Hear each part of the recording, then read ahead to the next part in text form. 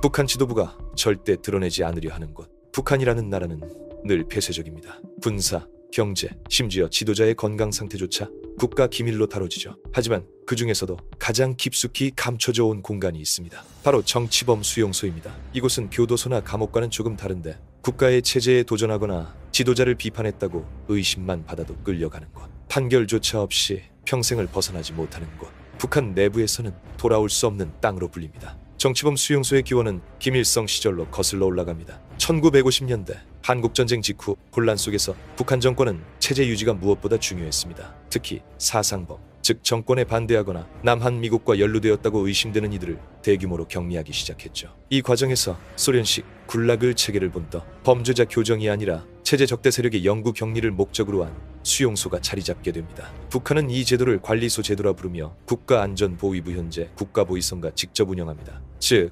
법무부나 법원 소속 교도소가 아닌 비밀정치 경찰이 운영하는 수용소라는 점에서 성격이 완전히 다릅니다. 위성 사진, 탈북자 증언, 국제인권단체 보고서에 따르면 북한에는 현재 최소 4~5개의 대형 정치범 수용소가 운영되고 있습니다. 대표적으로 알려진 곳은 다음과 같습니다. 요덕시 보호 관리소, 함경남도 가장 유명한 수용소로 일부 수감자들이 석방되어 증언을 남긴 곳입니다. 개천 14호 관리소, 평안남도 규모가 가장 크다고 알려져 있으며 수만 명이 수감된 것으로 추정됩니다. 화성 16호 관리소, 함경북도 외부 접근이 거의 불가능한 철저한 봉쇄구역. 북창 18호 관리소, 평안남도 탄광 노동중심. 최근 폐쇄 통합 여부가 논란입니다. 청진 25호 관리소, 함경북도 주로 정치범 가족 단위 수용이 이루어지는 것으로 알려져 있습니다. 이들 수용소의 면적은 도시 전체와 맞먹는 규모입니다. 위성으로 보면 하나의 구역이 산맥과 강으로 둘러싸여 사람들이 결코 빠져나갈 수 없도록 설계되어 있음을 확인할 수 있습니다. 정치범 수용소의 가장 큰 특징은 죄의 범위가 불분명하다는 겁니다. 북한 형법에 따른 공식 판결을 거치지 않고 체제를 비판했다, 외국 방송을 들었다, 심지어는 가족이 남한에 갔다는 이유만으로도 끌려갈 수 있습니다. 더 충격적인 건 연좌제가 적용된다는 사실입니다. 북한에서는 한 사람이 반역 혐의를 받으면 그 가족 3대까지 수용소에 보내질 수 있습니다. 즉 개인이 아닌 가문 전체가 사라지는 방식입니다. 탈북자 증언과 국제인권단체 보고서를 종합하면 정치범 수용소의 생활은 생존 자체가 위협받는 환경입니다. 강제노동, 하루 12시간 이상, 광산, 벌목, 농사의 동원, 열악한 식량, 옥수수 축, 소금물 수준, 영양실조와 굶주림은 일상, 폭력과 고문, 보위부원들의 폭행, 비인간적 처벌, 교육과 세뇌, 어린이조차 수령 찬양 교육을 강제로 받음, 탈출 불가, 철조망, 지뢰밭, 무장경비, 탈출 시 즉결 총살. 국제 엠네스티와 휴먼 라이츠 워치 보고서에 따르면 정치범 수용소에서는 굶주림과 강제노동, 폭력으로 매년 수천 명이 사망하는 것으로 추정됩니다. 북한 정권이 정치범 수용소를 유지하는 이유는 단 하나입니다. 공포정치. 체제에 도전할 생각조차 못하게 만드는 심리적 장치죠. 반대하면 나와 가족이 모두 사라진다는 공포는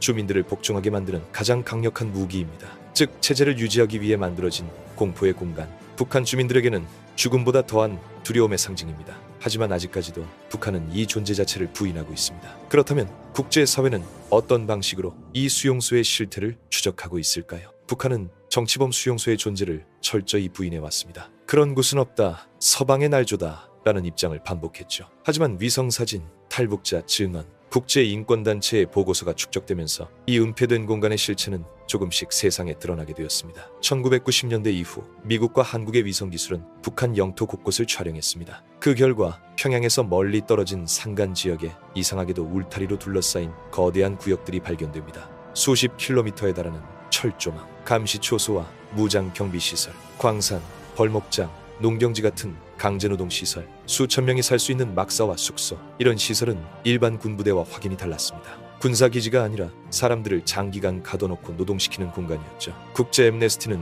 2016년 보고서에서 위성사진을 공개하며 북한 정치범 수용소에서 확장 공사가 계속되고 있다고 밝혔습니다. 즉 폐쇄가 아니라 규모가 오히려 늘어나고 있다는 정황이 확인된 겁니다. 위성사진만으로는 내부 생활을 알 수 없습니다. 그 실체를 드러낸 건 목숨 걸고 탈출한 전직 수감자와 경비원들의 증언이었습니다. 한 탈북자는 이렇게 말했습니다. 겨울에 영하 20도, 눈밭에서도 벌목을 했습니다. 도끼가 손에 달라붙어 손가죽이 벗겨져도 멈추면 구타를 당했죠. 식량은 하루 옥수수 몇 줌, 잡초와 쥐, 뱀까지 잡아먹지 않으면 살아남기 어렵다고 증언합니다. 수용소에서는 경비원의 폭력이 일상입니다. 한 경비원 출신 탈북자는 탈출을 시도하다 붙잡히면 공개 처형, 작업을 게을리해도 모진 고문을 가했다고 증언했습니다. 심지어 죄명이 없어도 경비병 눈에 거슬렸다는 이유로 죽임을 당하기도 했습니다. 이런 증언과 위성자료가 쌓이자 유엔 인권이사회는 2014년 북한 인권조사위원회 보고서를 발표했습니다. 보고서에는 이렇게 기록되어 있습니다. 정치범 수용소 수감 인원은 최소 수만 명에서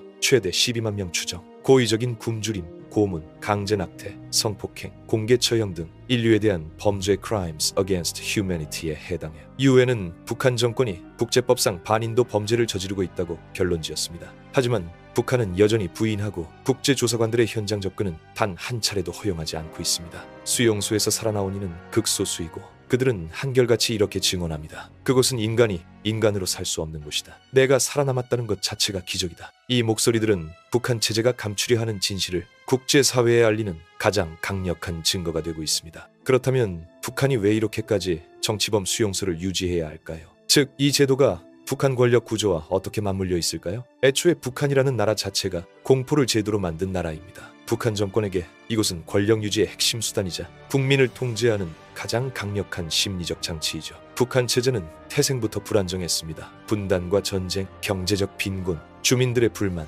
권력 내부의 경쟁. 이런 상황에서 김일성과 후계자들은 두려움을 체제 결속의 도구로 삼았습니다. 지도자와 당에 도전하면 나와 내 가족 전체가 사라진다. 이 공포가 주민들을 입 다물게 만들고 심지어 의심받는 순간 스스로 복종하도록 유도했습니다. 즉, 정치범 수용소는 국가 전체를 통제하는 상징적 장치입니다. 앞서 언급했듯이 북한 수용소의 가장 큰 특징은 연좌제입니다. 이것이 주는 효과는 막강합니다. 개인은 자신의 행동이 가족 전체의 운명을 결정한다는 압박을 받습니다. 주민들은 서로를 감시하고 밀고하게 됩니다. 결국 사회 전반에 불신과 두려움의 네트워크가 퍼져갑니다. 북한 정권은 이렇게 공포를 사회 구조화해 자발적 복종을 끌어낸 것입니다. 북한은 수령 절대주의 체제입니다. 김씨 가문의 지도자만이 통치할 정당성을 가진다는 백두혈통 신화를 강조하죠. 하지만 신화만으로는 권력이 유지되지 않습니다.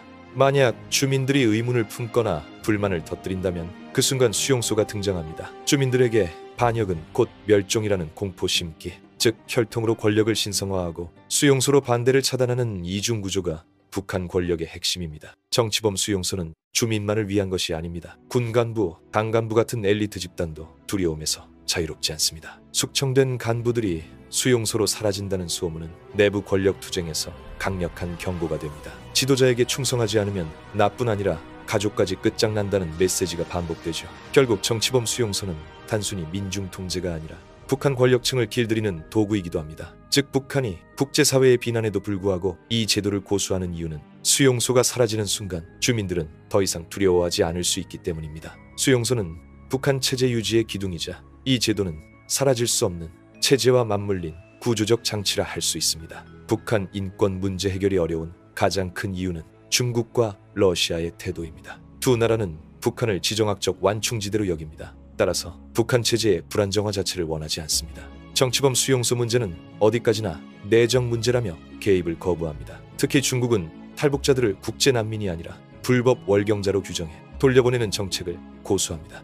이는 곧 많은 탈북자들이 다시 북한 수용소로 끌려간다는 뜻입니다. 유엔은 북한 지도부를 국제형사재판소 ICC에 회부해야 한다고 권고했습니다. 하지만 문제는 여기서 멈췄습니다. 안보리에서 이 사안을 다루려 하자 중국과 러시아가 거부권을 행사했기 때문입니다. 즉, 유엔 차원의 직접적 제재나 법적 조치는 벽에 부딪혔습니다. 미국도 군사적 압박이나 직접 개입을 하게 되면 곧 전쟁으로 이어질 위험이 있기 때문에 사실상 직접 개입을 피하고 있죠. 만약 한반도가 통일된다면 정치범 수용소 문제는 가장 먼저 직면해야 할 역사적 숙제가 될 것입니다. 진상조사위원회, 남아있는 문서, 증언, 위성자료를 통해 전체 규모와 실태를 기록해야 합니다. 가해자 처벌, 단순한 보복이 아니라 국제법에 따른 책임 규명, 피해자 치유, 생존자들의 정신적, 신체적 회복을 위한 장기적 지원, 기억공간, 홀로코스트 기념관처럼 정치범 수용소의 참상을 기록하고 교육하는 장소가 필요합니다. 이 과정을 통해서만 북한 주민들이 진정으로 자유를 느끼고 분단과 독재가 남긴 상처를 넘어설 수 있을 것입니다. 망각하지 않는 것, 그것이야말로 국제사회가 할 수 있는 최소한의 연대이자 언젠가 다가올 변화의 날을 준비하는 첫걸음입니다.